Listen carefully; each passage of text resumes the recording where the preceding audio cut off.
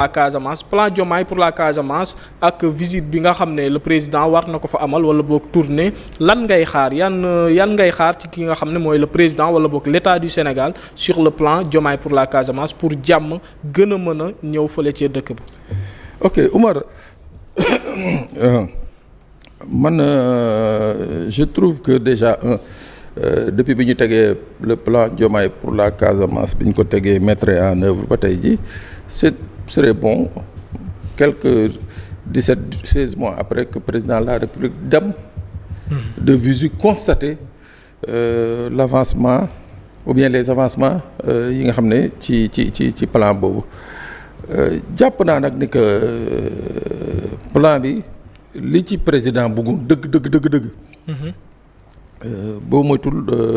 ça va être très difficile ñu atteindre objectif yi parce que xam nga plan bi dafa ñëw fekk fa benn structure bu ñuy wax ANRAC. ANRAC Omar. nekkoon benn structure bi nga xam ne ça a été créé pour justement li nga xam ne mooy la reconstruction voilà agence nationale pour la relance des activités économiques et sociales en Casamance donc ANRAC boobu. fekkoon na moom déjà depuis plus d'une dizaine d'années di liggéey ci wàllu relance des activités économiques sociales en Casamance c'est vrai que à l'époque durant toute leur existence amuñu woon un budget conséquent il a fallu président Diomaye ñëw ñu gis budget bi dem ci li nga xam ne moom la ñuy wax plus près de 2 milliards. ANRAC son budget original. bi ñu ko créé ba président Diomaye di ñëw budget bi ça tournait autour de 500 millions 500 millions yooyu nga dindi ci 300 et poussière millions de fonctionnement. Donc investissement bi ay 150 millions la woon. donc il a fallu le président Diomaye ñëw ñu conscientiser ko ci et tout mu yokk budget bi. alors ANRAC boobu di def liggéey bu am solo ba pare yàgg dans la zone le plan Diomaye ñëw di def la même chose que li ANRAC di def c'est bien à soi mais quelque part chevauchement yi muy jur mun na créer ralentissement ci activités yi mooy maanaam tey su Umar di def lii man may def la même chose benn moment dana dem ba créer ay situation de blocage moo tax dama jàpp ni que président bu demee bañ ko defal une lecture des avancées une lecture des réalisations du plan Diomaye pour la Casamance dafa war a toogaat ak les différents acteurs daal di réorienter le plan Diomaye pour la Casamance parce que c'est un plan qui peut réussir c'est un plan qui peut permettre justement tous ces milliards qui ont été injectés depuis des années en Casamance moo xam ci infrastructure moo xam ci yeneen ak yeneen mais ñu structurer ko de telle sorte que dootul am benn possibilité de détournement d'objectifs wala maanaam d'irréalisation de projet mais pourquoi président war ko structurer dana permettre des priorités Omar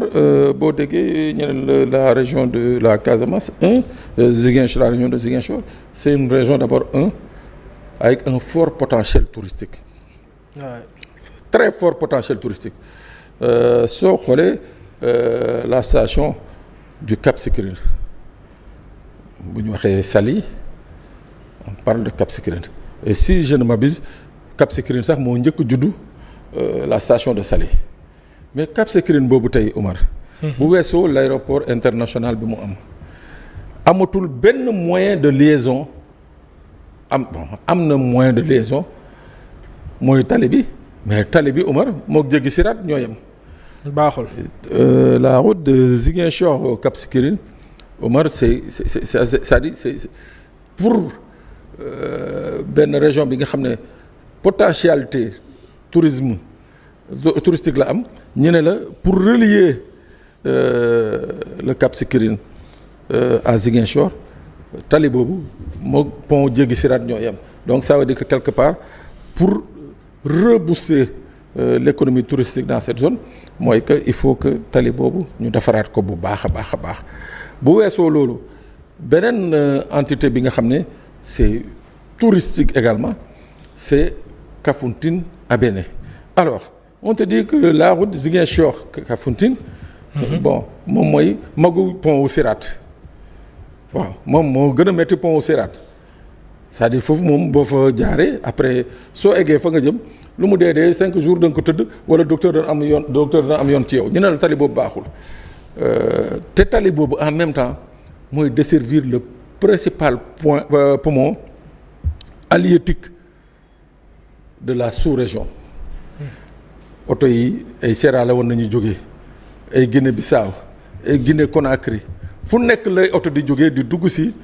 Kafountine pour jënd ci jën c'est-à-dire que c'est le delta le plus poissonneux actuellement au Sénégal mais problème bi mooy tali bi baaxul nekk également au-delà de l'aspect poisson et tout ça halieutique nekk un secteur à haute densité touristique qui est en train de mourir avec les exploitations de zircon qu'on a autorisées sur la côte donc loolu le tourisme est en train de mourir de sa belle mort loolu donc président je crois que bu demee war na articuler le tourisme au niveau du plan Diomaye pour la Casamance fexe ba nga xam ne tourisme bi la mu doon produire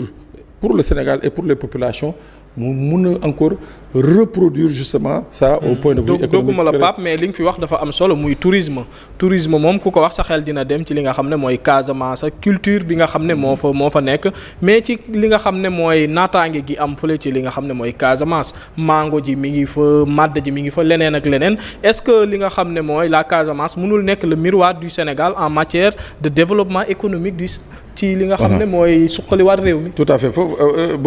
bu ma paree ci tourisme bi foofu laa doon bëgg a ñëw un peu ci lii nga xam ne moom mooy kii bi l'autre aspect qui est justement la transformation des produits. tey jii